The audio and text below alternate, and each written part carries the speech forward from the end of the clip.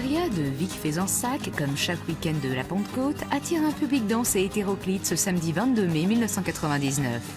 Il est 20h quand, dans les tribunes, plusieurs magistrats locaux reçoivent des appels téléphoniques. Leurs visages se font soudain graves.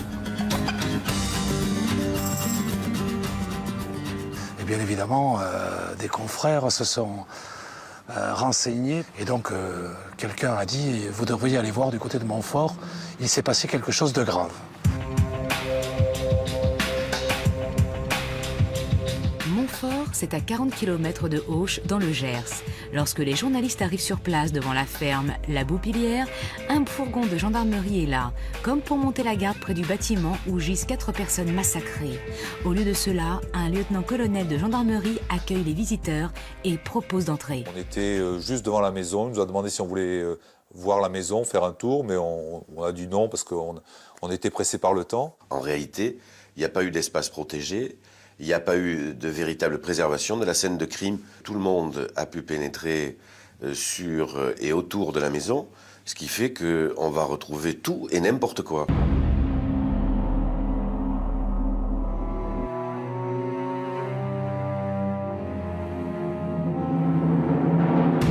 Ceux qui ont pénétré dans la maison sont marqués à jamais. Ils y ont découvert une scène de cauchemar. Dans la cuisine, gît sur le ventre Johan Nieuwenhuis. Ses pieds et ses mains sont ligotés de bandes adhésives. Son corps est lacéré de coups de couteau, une quinzaine en tout. Des plaies profondes aux bras et aux jambes, aux genoux, au thorax, à l'abdomen, laissent à penser qu'il a été torturé. Son sang a jailli, maculant le carrelage de la pièce. Dans la chambre la plus proche, au rez-de-chaussée, affalée sur le lit, sa femme, Dorothea Nieuwenhuis, à la gorge tranchée. Comme pour son mari, ses membres sont entravés. Elle a aussi été bâillonnée avec du ruban adhésif.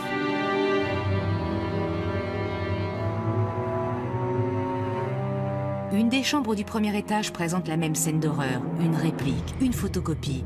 Mais là, c'est Marianne Van Hulst, la sœur de Dorothea, qui gît sur le lit. Ligotée, bâillonnée, égorgée elle aussi. Les deux sœurs ont connu la même fin terrible.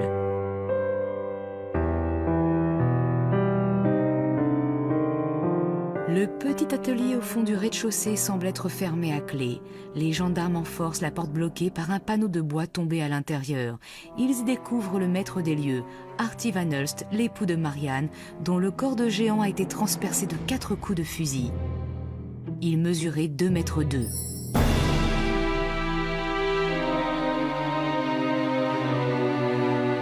Voilà moins d'un an qu'Artie et Marianne Van Hulst ont acquis cette ancienne ferme gersoise pour en faire une résidence estivale. Comme beaucoup de Hollandais, ils cherchaient le bonheur dans les prés du sud-ouest français. Au lieu de ça, ils y ont été happés par leur tragique destin.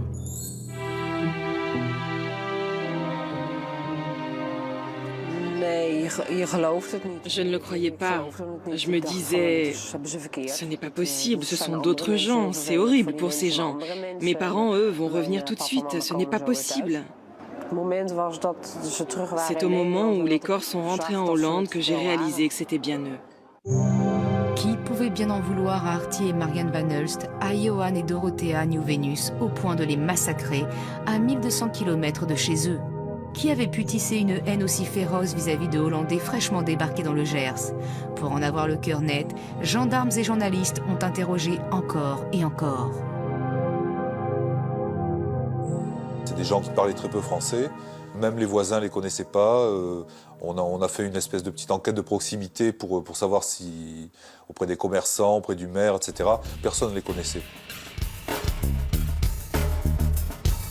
Personne sauf Kamel Ben Salah, un peintre d'origine tunisienne qui depuis quelques jours effectue au noir des travaux dans la propriété des Van Hulst.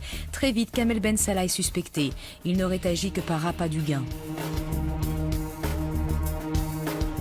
Cela signifie, vous imaginez que un certain nombre d'objets ont été volés, que des cartes, vous le savez aussi, ont été volées et ont été utilisées, ce qui a bien sûr permis de faciliter notre enquête en suivant, je dirais, à la trace, pendant quelques jours, l'auteur de ces retraits frauduleux.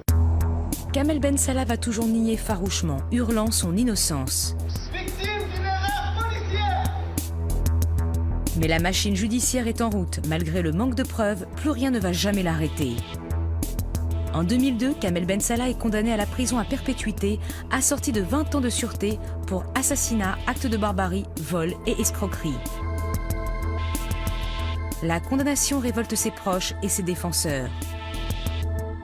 C'est eux les meurtriers, c'est pas mon frère. Les meurtriers, c'est eux, c'est pas eux. C'est pas lui, c'est pas un meurtrier. On a choisi un coupable qui avait la particularité d'être un marginal, un arabe. Et on offre à l'enquête un justiciable sur mesure. Il faut maintenant qu'on ait le courage de dire ce qu'on a dit tout au long de l'audience, mais qu'on le dise publiquement, que Kamel Ben Salah est victime d'une erreur judiciaire. Les mots sont lâchés, erreur judiciaire. Et la comparaison est vite trouvée. L'affaire Ben Salah devient le reflet de l'affaire Omar Haddad, condamné en 1994 pour le meurtre de la veuve Marshall. Je pense qu'il y a quelques journaux de Paris qui sont venus en pensant que Kamel Ben Salah était forcément innocent. Il faut se souvenir que le premier procès s'est déroulé alors qu'en France, il y avait encore l'affaire donc de Omar, le fameux Omar m'a tué, voilà, Omar Haddad. Donc il y avait un petit peu ce contexte-là. Simplement, il peut y avoir peut-être un fond de racisme là derrière. Depuis, les passions se sont calmées autour de la Boupillière, la ferme des Van Hulst. Mais du fond de sa cellule, Kamel Ben Salah ne se résigne pas. Nous l'avons joint au téléphone. Ah mais je suis innocent totalement. Parce qu'aujourd'hui, bon, je suis condamné définitivement. Si c'était moi, rien ne m'empêche de dire c'est moi. Mais malheureusement, c'est pas moi quand même. Moi je suis parti, je les ai laissés vivants. Là, ça va faire bientôt 9 ans que je suis en prison, alors que je suis innocent, il n'y a pas lieu que je sois enfermé. Je ne baisserai pas les bras, même si je dois faire toute ma peine, je la ferai, le jour où je sortirai, je me battrai quand même. Quoi. Je ne baisserai pas les bras, ça c'est clair. Peut-être alors, Kamel Ben Salah parviendra-t-il à lever les nombreux doutes qui habitent son dossier. Car pas un observateur ne saurait affirmer que l'on a répondu à toutes les questions que soulève l'histoire. Les doutes d'alors sont ceux qui persistent aujourd'hui, à savoir que on n'a pas retrouvé l'arme du crime. Le mobile, on peut en discuter. Et M. Ben Salah a toujours dit « je suis innocent ». Voilà. Face à cela, l'accusation a ce qu'elle a toujours appelé un très gros faisceau de présomption. C'est vrai que si ce n'est pas M. Ben Salah, manifestement, il a eu beaucoup de malchance.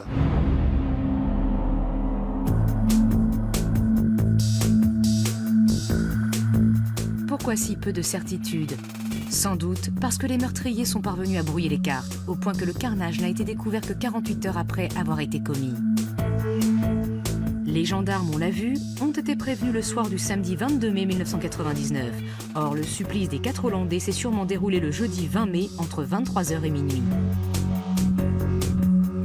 Ce soir-là, Marianne Van Hulst, Dorothea et Johan Nieuwenhuis sont sortis dîner. En quittant le restaurant, Marianne Van Hulst a emporté une salade gersoise pour son mari resté à la maison.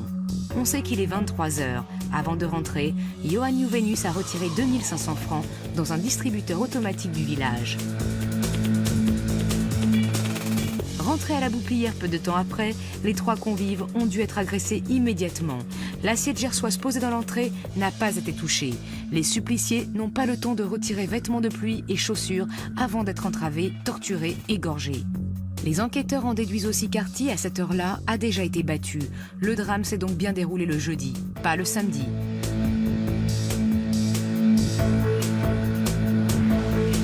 Entre les deux, le vendredi soir, Henri et Laurence Wagmans, des amis hollandais qui avaient fait découvrir le Gers aux Van Hulst, devaient venir dîner à la Boupillière. Ils arrivent vers 19h. Étrange, il semble n'y avoir personne.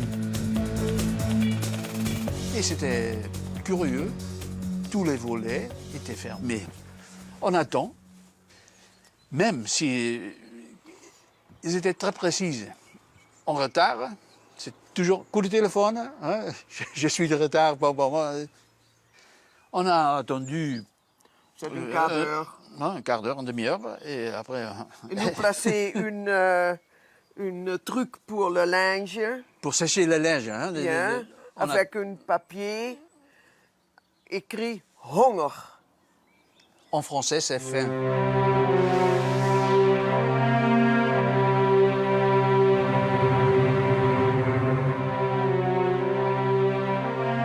Les volets, les portes sont fermées. L'entrée du jardin, cela n'était jamais arrivé, est barrée d'une longue chaîne. Aucune voiture à l'horizon. Les Van Hulst et les Nieuw Venus ont-ils dû précipitamment rentrer aux Pays-Bas? Peu probable.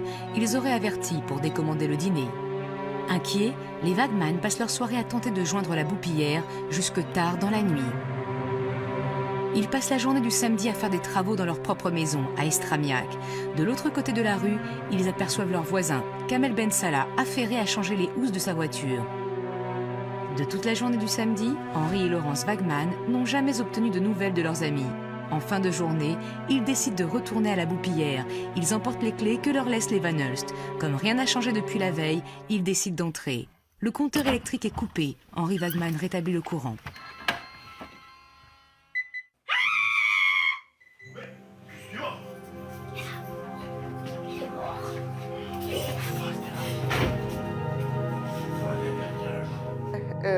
C'est morte. C'est une meurtre, tu as dit. Hein? Oui. C'est une meurtre. On s'en va. Hein? Et c'est bizarre, mais à ce moment, je coupe la lumière, hein? Je ferme la porte parfaitement. Les Wagman n'ont aperçu qu'un corps. Les gendarmes font les 3 autres macabres découvertes vers 22 h. Kamel Ben Salah et Sandrine, sa compagne, ce samedi soir-là, font la fête avec leurs amis à la feria de Vic-Fezensac. Le jeune couple ne rentre chez lui à Estramiac que le dimanche matin. Les gendarmes sont déjà à pied d'œuvre. Les experts en criminologie relèvent un maximum d'indices sur la scène du crime, sur les corps des suppliciés eux-mêmes. La maison en plein travaux est un capharnaüm. Autour des fenêtres, des chambranles de porte, de larges rubans adhésifs protègent les huisseries des coups de rouleau à peinture. Ces mêmes bandes adhésives qui ligotent et bâillonnent les membres de 3 des victimes.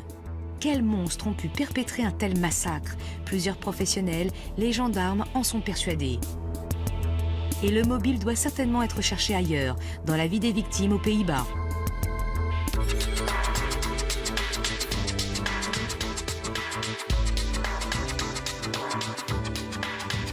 La vie de Johan et Dorothea Nieuw Venus, jeunes retraités, semble sans histoire. Ce n'est sûrement pas dans cette direction qu'il faut chercher.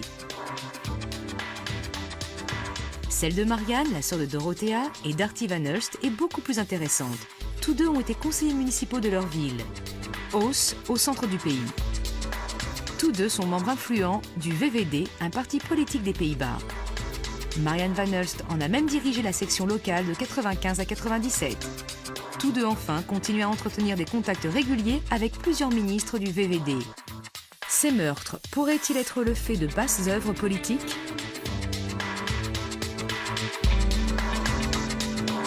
Ça n'a rien à voir avec une piste politique. Monsieur Van Hulst faisait partie du parti politique libéral des Pays-Bas. Je ne sais pas si le modem était plus important. On pourrait dire que ça ressemblerait plutôt au mouvement de M. Bayrou, par exemple. La piste politique est donc refermée.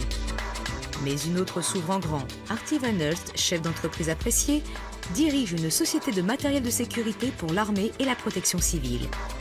Voilà de quoi exciter les curiosités. Et s'il était mêlé à une sombre histoire d'espionnage? Et si les tueurs avaient débarqué de très loin? Peut-être il aurait été, entre guillemets, descendu par des gens venus du Moyen-Orient. On ne savait pas trop pourquoi, mais en fait, dans les premiers jours, il s'est dit un petit peu n'importe quoi. Vérification faite, Artie Van Hulst commercialisait des vêtements de protection pour les pompiers. Et inutile non plus de fouiller dans d'hypothétiques carambouilles financières. Les bilans de ces entreprises sont clairs comme du cristal.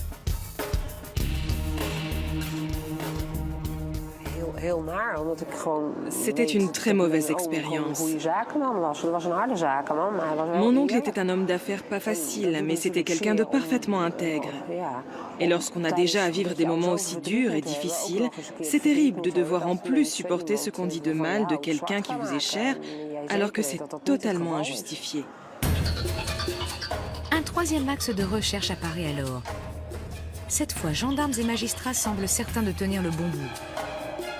La police allemande leur signale qu'un tueur fou, Dieter Zurweim, s'est évadé de la prison où il purgeait une peine à perpétuité.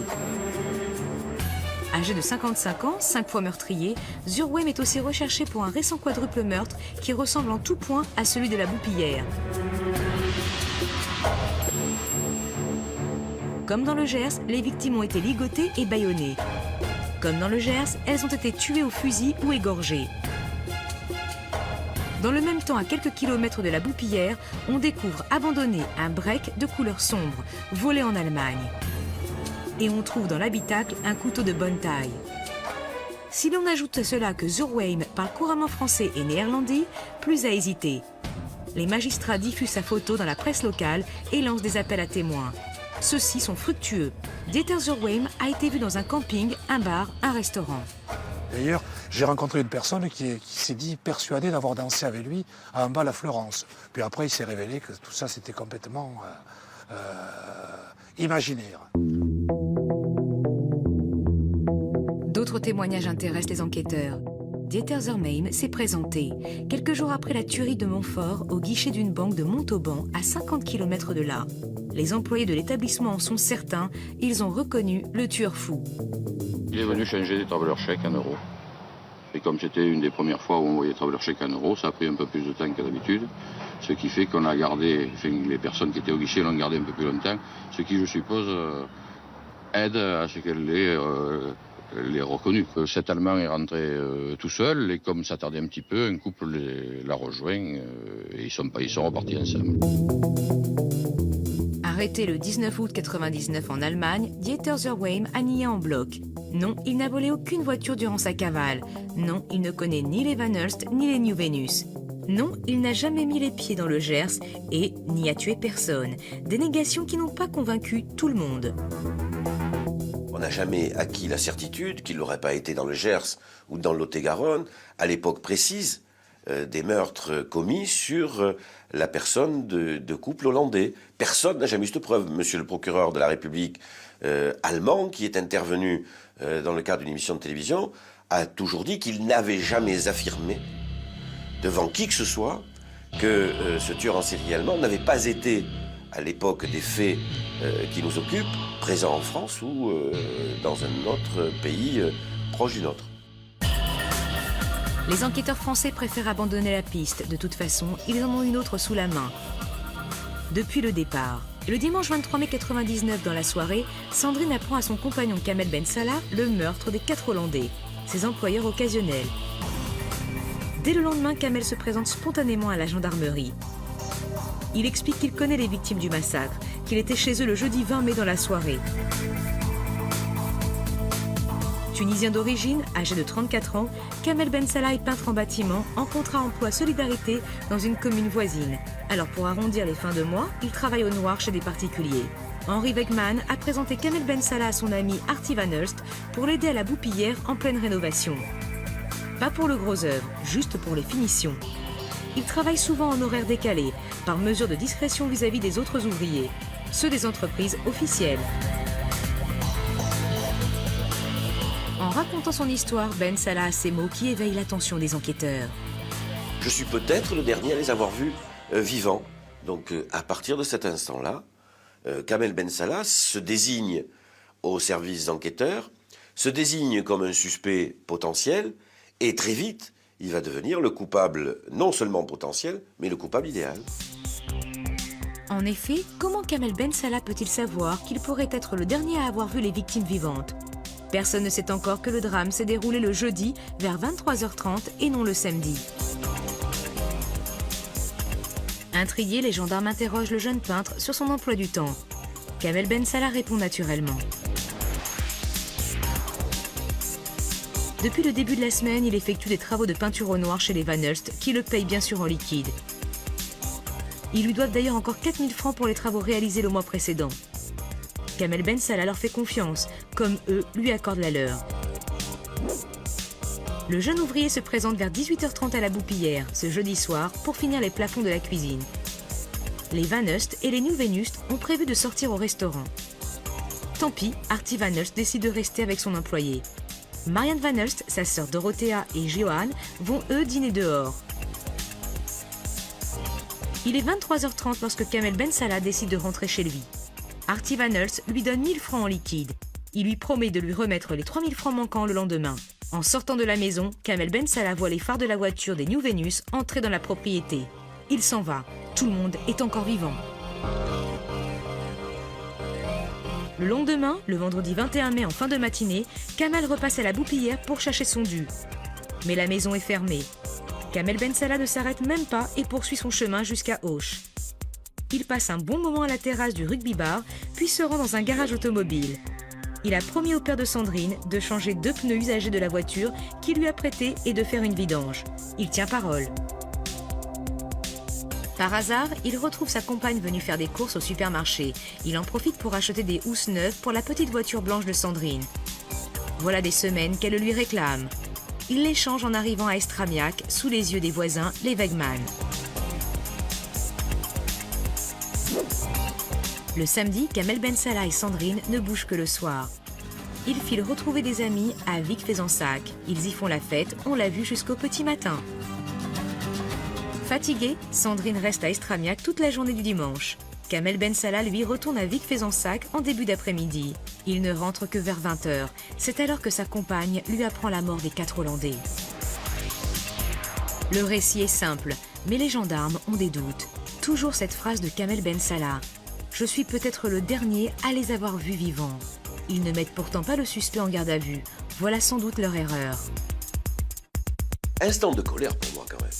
À partir du moment où je crois qu'on a décidé que Kamel était le coupable idéal.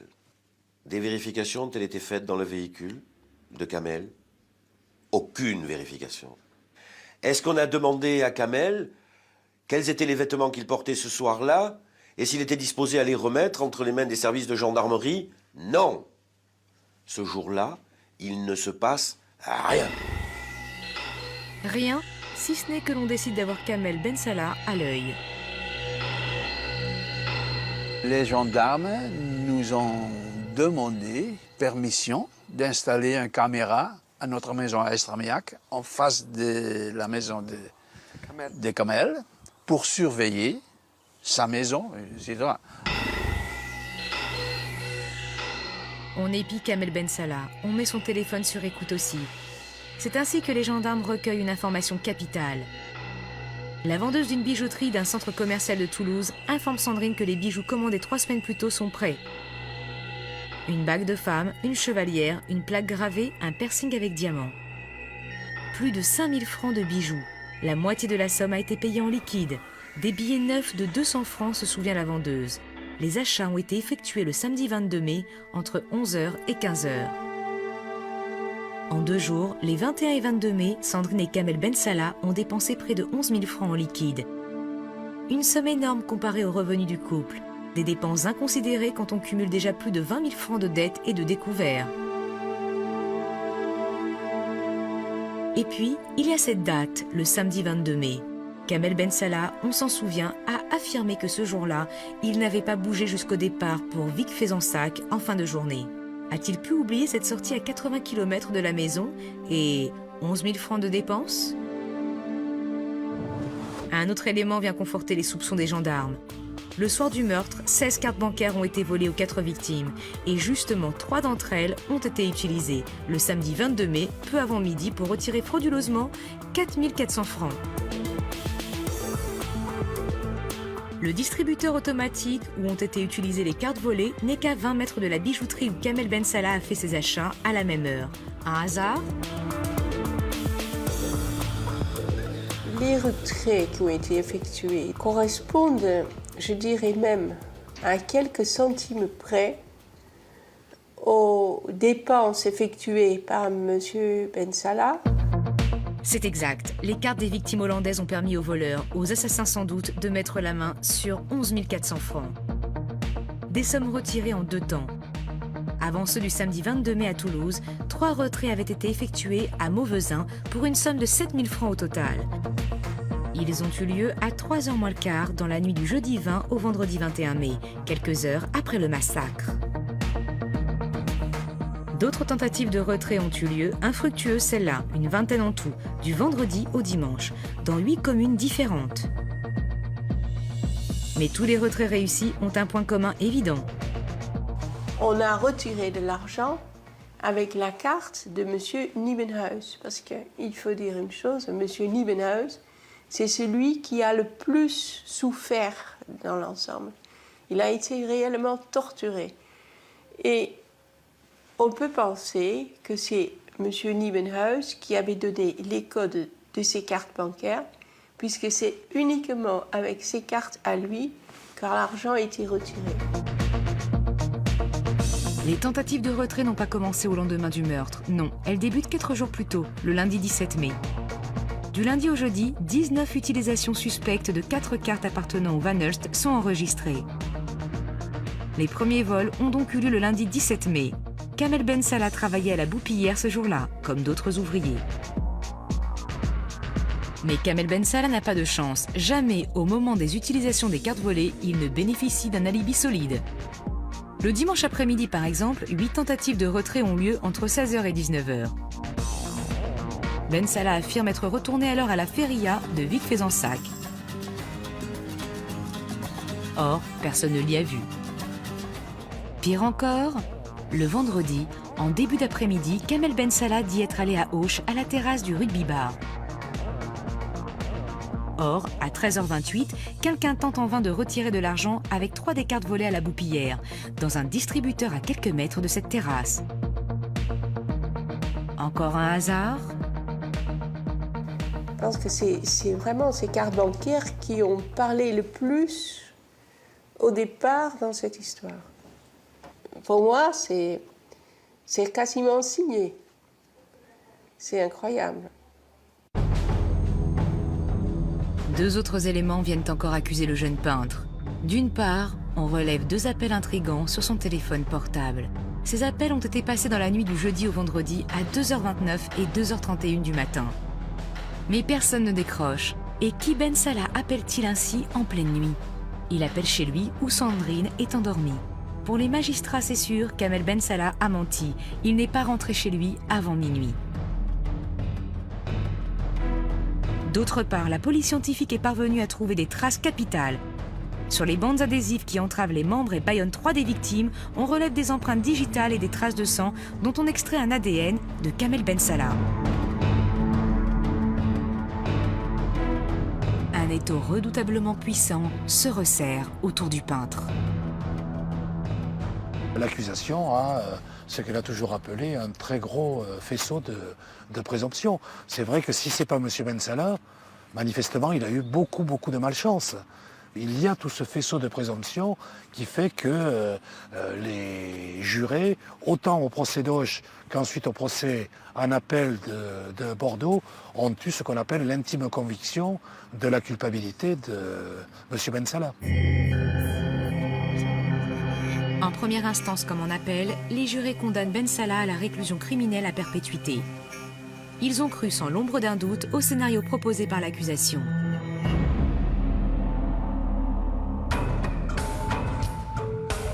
Kamel Ben Salah est donc arrivé à 18h30 à la Boupillière ce jeudi 20 mai 1999 pour poursuivre les travaux de peinture de la cuisine. Comme prévu vers 19h30, Marianne Van Hulst, Dorothea et Johan Nieuwenhuis décident de sortir dîner. Artie Van Hulst reste travailler avec son employé. Une fois seuls, Kamel Ben Salah et Artie Van Hulst se mettent à la tâche. Tout en bricolant, Artie Van Hulst apostrophe Ben Salah. « Tu ne m'aurais pas volé des cartes bancaires que tu aurais utilisées ces derniers jours ?» lui aurait-il demandé avec autorité. Depuis le lundi, il vient de l'apprendre, 4 cartes bancaires lui ont été dérobées. Peut-être aussi l'entrepreneur hollandais a-t-il menacé Kamel d'avertir la gendarmerie de porter plainte. Blessé, furieux d'être ainsi menacé, effrayé à l'idée des ennuis judiciaires qu'on lui promet, Kamel Ben Salah sort de la maison, se saisit du fusil qui traîne au fond du coffre de son véhicule et revient. Artie Van Hulst est au fond de l'habitation dans l'atelier.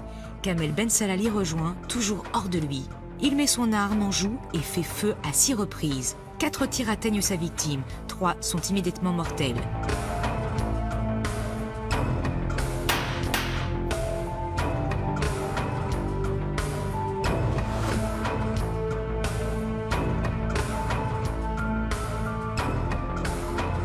Kamel Ben Salah sait que Marianne Van Hulst, Dorothea et Johan Nieuwenhuis ne vont pas tarder à rentrer, à donner l'alerte et à le désigner comme étant le coupable.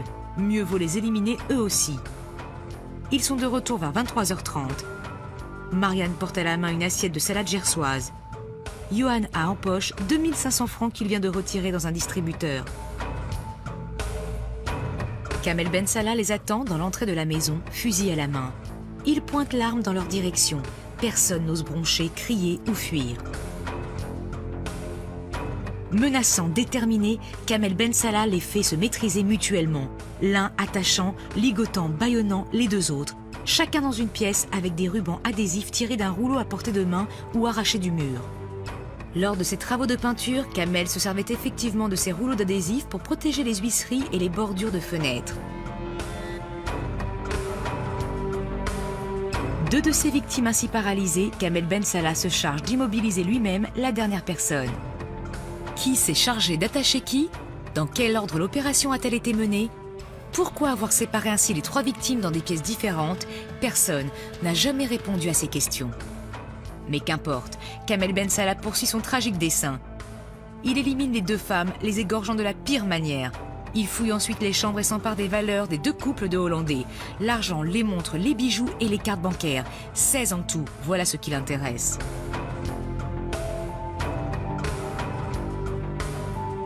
Puis il retourne auprès de Johan, le dernier survivant dans la cuisine.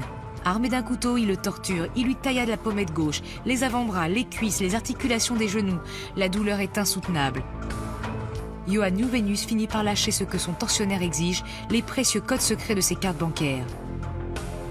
N'ayant plus rien à attendre de lui, Kamel Ben Salah achève le supplicié de 15 coups de couteau.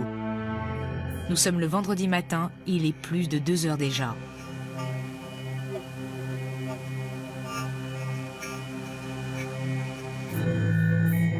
En sortant de la boupillière, de son portable, Kamel Ben Salah passe 2 coups de téléphone. Sans doute veut-il rassurer Sandrine, sa compagne. Il est tard, mais va bientôt rentrer. Mais Sandrine a pris des somnifères et ne répond pas aux appels. Tant pis, Kamel Ben Salah fonce à Mauvaisin, à 15 km de là, tester 8 des cartes récemment volées. Cette fois ça marche, les cartes du couple Nieuwenhuis lui permettent de retirer de l'argent, 7000 francs, 1100 € environ. Les vendredis, samedis, dimanches, il essaye encore de faire cracher les billets des distributeurs automatiques des villages qu'il traverse. Seules 3 tentatives sont concluantes. Il parvient à arracher 4400 francs supplémentaires à un guichet d'un centre commercial de Toulouse où il dilapide son butin. Le lundi après-midi, il finit par aller signaler aux gendarmes sa présence auprès des Hollandais, simulant d'ignorer les horreurs qui se sont déroulées. Mais il a cette phrase malheureuse qui le trahit « Je suis peut-être le dernier à les avoir vus vivants ». Ce scénario donc a convaincu les jurés des 2 procès. Des jurés fortement marqués par les images qu'on a choisi de projeter. Pour la première fois en France dans une cour d'assises, on a montré le film tourné par les gendarmes le jour de la découverte du crime. L'intérieur de la maison, les corps mutilés des suppliciés, tout y est. Ben Salah a failli tourner de l'œil. Il m'a demandé de suspendre l'audience tout simplement parce qu'il voulait se reposer, parce que, comme beaucoup de gens, il a été extrêmement ému par ce qu'il vient de voir. Donc ça me semble être très très compréhensible et donc je n'y vois pas d'autre signification en ce qui me concerne. Kamel Ben Salah a revu sur le film des choses qu'il avait déjà vues avant, qu'il a essayé d'effacer de sa mémoire, qui lui sont remontées et qui l'ont probablement très affecté. J'ai revu ce spectacle horrible, bestial, affreux. Je pense que tout le monde dans la salle a partagé ce sentiment d'horreur. Les enfants des victimes ont préféré ne pas voir. Ils n'auraient pu le supporter. Oui, je pense que je sais tout sauf ce que je n'ai pas voulu savoir. Dans quelle position ou situation on a retrouvé mes parents. Parce que je ne pensais pas qu'il était utile d'avoir apporté ça aussi en moi. Mais je pense que je sais tout de ce qui s'est passé. Tout le monde n'en est pas si certain. Nombreux sont ceux qui pensent à l'époque comme aujourd'hui que Kamel Ben Salah est innocent, que le scénario de l'accusation, trop bien huilé, ne tient pas.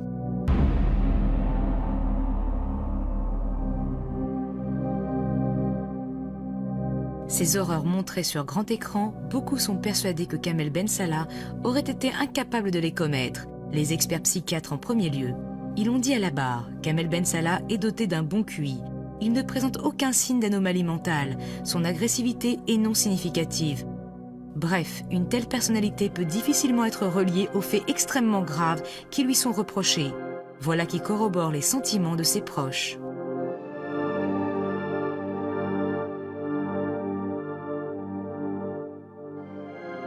C'était un gars très bien. Très gentil, jamais une embrouille. Quand il y avait une embrouille entre nous, eh bien, il se mettait au milieu pour séparer. Il n'était pas violent, non. Non. Mais moi, j'ai connu Kamel, j'étais dans la rue. J'étais SDF. Ouais. Puis tous les jours, il venait au bord du Gers. Puis on fumait un pet ou deux avec lui, on buvait un coup. Puis voilà. Il sait vivre, il sait comprendre les autres, écouter les autres.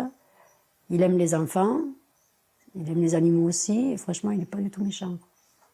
Et j'en suis persuadé que c'est pas lui. Non, non. C'est impossible. Tuer, non, non. Il respectait trop les gens. Non, non, c'est pas lui. Non. Je m'accrochais avec des gens, hein. Beaucoup de gens, je me suis accroché. Parce qu'il y en a beaucoup qui le croient coupable. Et je me suis fâché avec pas mal de personnes. Hein. J'ai dit non, non, c'est pas lui. Vous le connaissez pas. Et vous n'aurez jamais la chance de le connaître.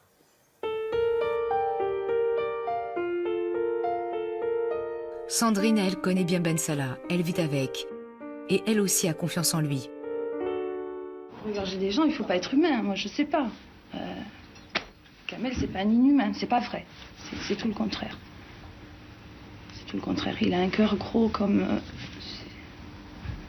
Non. C'est pas possible.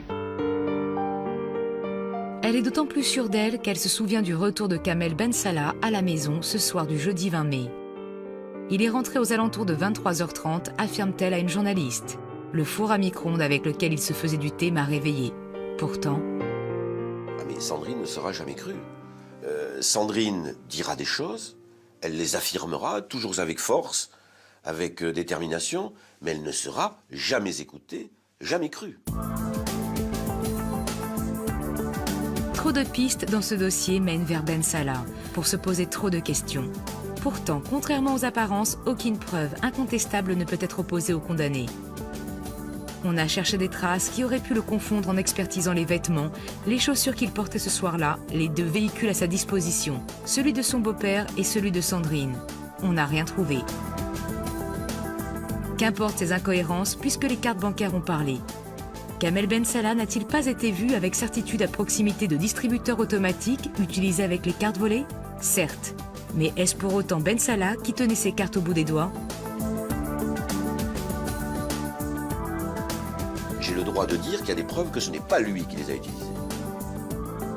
Effectivement, des témoignages laissent à penser que ce n'était pas lui.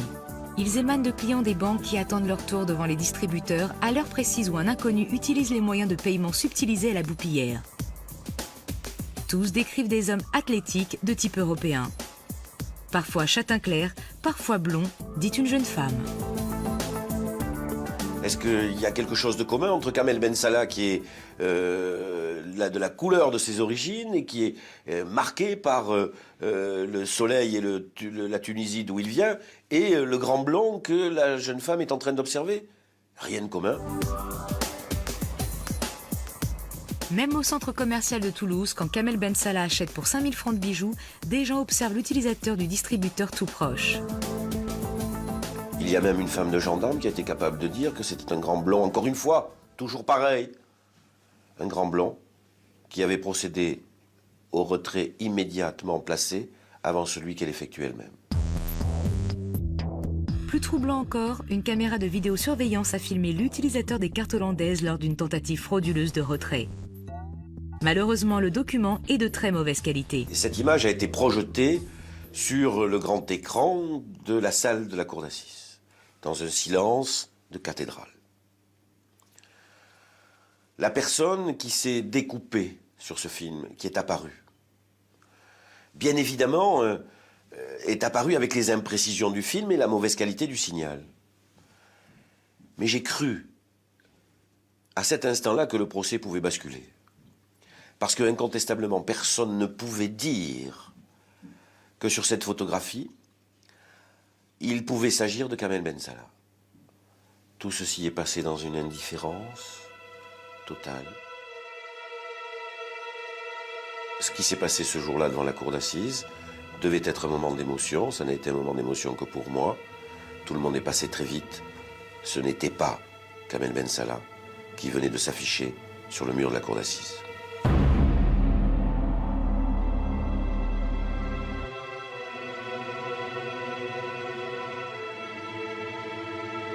Un dernier témoignage vient conforter ce sentiment. C'est celui de la demoiselle qui a retrouvé les cartes de crédit des 4 victimes. Car les 16 cartes ont été retrouvées au cœur d'une cité HLM de la région. Il est 19h30 environ le dimanche soir 23 mai 99. Une voiture arrive, la portière s'ouvre, un bras se tend et jette un portefeuille. Une jeune fille de 16 ans observe la scène et ramasse les cartes volées. Elle est sûre d'elle. Il s'agissait d'une Fiat Punto blanche immatriculée dans le 31, un département voisin du Gers. Cette jeune fille qui est interrogée à plusieurs reprises par les services de gendarmerie, parce qu'elle devient un témoin clé. Elle ne va jamais renvoyer vers la voiture de Kamel ou celle qu'il est susceptible d'utiliser. Elle ne va jamais décrire la personne qui vient d'agir de la sorte comme étant Kamel Ben Salah ou comme pouvant être ressemblant à Kamel Ben Salah. Admettons que Kamel Ben Salah ne soit ni le voleur, ni l'assassin de la Boupillière. D'où lui seraient donc venus les 11 000 francs qu'il a dépensés le week-end qui a suivi le drame? La réponse est venue naturellement. Ben Salah, on l'a vu, travaille parfois au noir et se fait payer en liquide. Par ailleurs, il deal du cannabis, un petit business qui rapporte. C'est vrai que c'est un gars qui avait beaucoup d'argent. Il avait l'argent, mais par ses trucs à lui, quoi. Il en faisait profiter aussi. Il y en a même qui en profitaient trop, moi je trouve. Mais bon, c'était sa vie. Hein. Le jour de la perquisition, je rappelle quand même qu'on trouve non seulement du shit, mais qu'on trouve également une somme d'argent qui est disséminée et qui représente environ 1500 francs. Donc Kamel, comme le dit Sandrine, a souvent de l'argent. De l'argent qui planque dans la maison. Peu à peu, le faisceau de présomption contre Kamel Ben Salah s'étiole. Mais il a menti sur un point au moins. 2 appels passés de son portable vers chez lui à 2h30 du matin dans la nuit du meurtre prouvent que, contrairement à ce qu'il a dit, il n'était pas rentré à la maison avant minuit. Pas du tout, rétorque le condamné. N'arrivant pas à dormir, il s'est relevé, a fumé un joint et a voulu téléphoner à une amie. Mais par erreur, à 2 reprises, il compose le numéro de son propre domicile. Effectivement, le relais qui a accroché les appels de Ben Salah est bien celui qui couvre Estramiac, le village où il habite.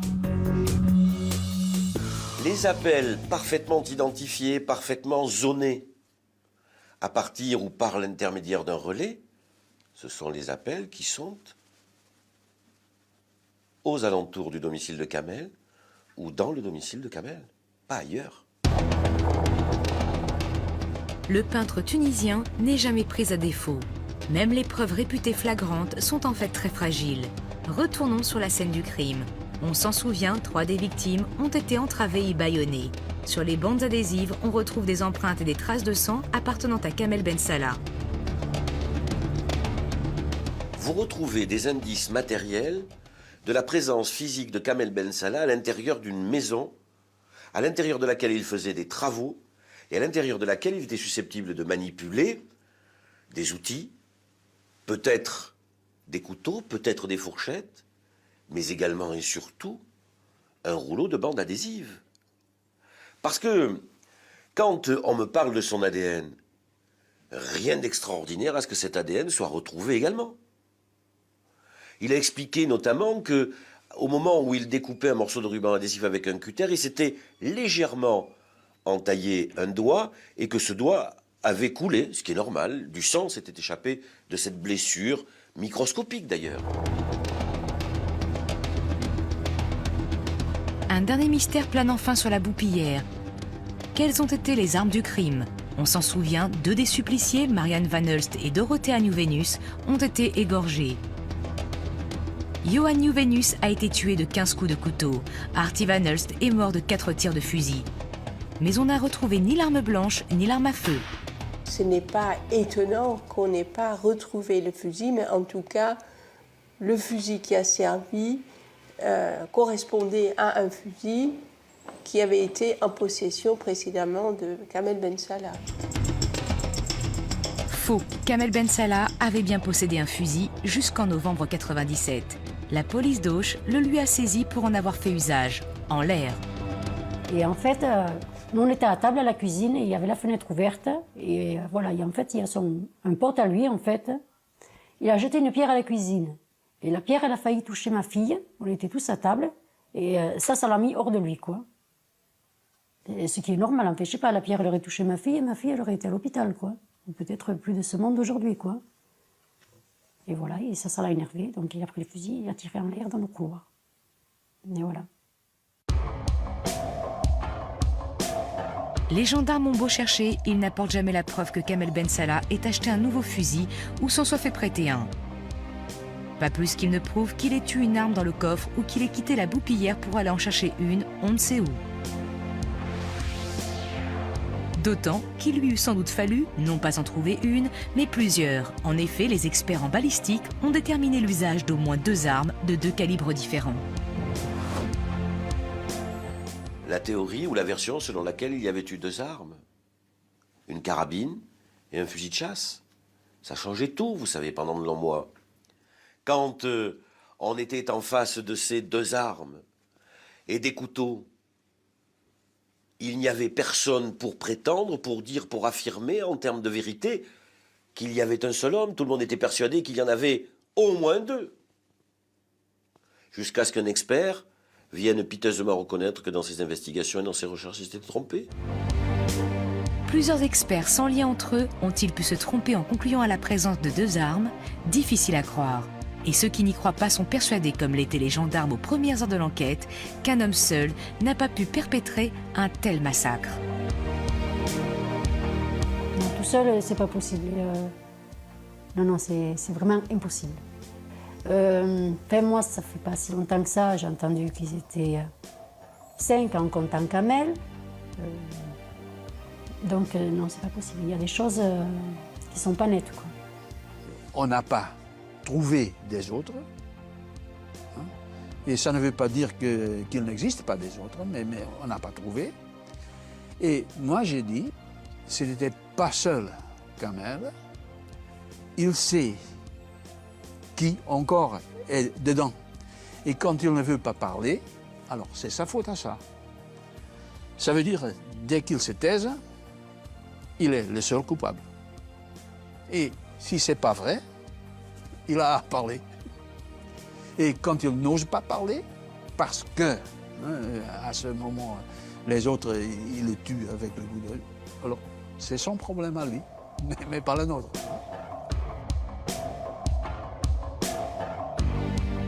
Le problème est que trop de choses ne collent pas dans ce dossier. Les témoins des retraits décrivent un grand blond de type européen et non Kamel Ben Salah. La jeune fille qui a vu la voiture d'où ont été jetées les cartes des victimes est sûre d'elle. Ce n'est pas celle de Kamel Ben Salah. Le visage filmé par une caméra de vidéosurveillance n'est pas celui de Kamel Ben Salah. Les armes des crimes n'ont jamais été retrouvées et on ne voit pas où aurait pu se les procurer Kamel Ben Salah. Enfin, et surtout, le nombre des victimes, 4, la violence du carnage, son mode opératoire et la probable utilisation de 2 armes à feu distinctes laissent à supposer que plusieurs tueurs ont dû intervenir. Le quadruple meurtre du Gers garde un relent de mystère. La défense de Ben Salah ne désespère pas de le lever un jour. Il y a un jeune que j'ai reçu qui m'a dit qu'il avait été à la gendarmerie dire qu'il avait été le réceptacle de confidences qui lui avait été faite par une de ses anciennes amies, qui aurait été mêlé à un groupe. Ce groupe aurait tué ce soir-là à la Boupillière. S'il y a une seule chance que je puisse accrocher de la crédibilité à ce qu'il me dit, j'hésiterai pas une seule seconde, pas une seconde. Voilà de quoi rendre du courage au condamné qui, par le passé, a flanché à plusieurs reprises. À 5 reprises exactement, Kamel Ben Salah a cherché à intenter à ses jours. L'une de ses tentatives de suicide a été plus spectaculaire que les autres. En 2000, il s'est ouvert les veines au rasoir en plein interrogatoire dans le bureau même du juge d'instruction. C'est plutôt des cris d'appel, des appels au secours. Je savais plus comment me faire entendre, moi, pour prouver mon innocence. J'ai même cousu la bouche à Bordeaux, j'avais un permis de garde à la faire dans le premier procès, je savais plus comment faire pour me faire entendre. Le crime de Montfort laisse, on le voit, trop de questions sans réponse. Trop de personnes marquées, traumatisées, désespérées. Le condamné, son entourage, ses défenseurs, mais aussi et surtout les familles des victimes. Het is een hele zware bagage die je de rest van je leven mee moet dragen. C'est très difficile. Je suis toujours suivie par un psychiatre. Je prends toujours des médicaments. Il y a des jours où ça va mieux, mais il y a des jours où ça ne va pas. Et je dois continuer à vivre tous les jours.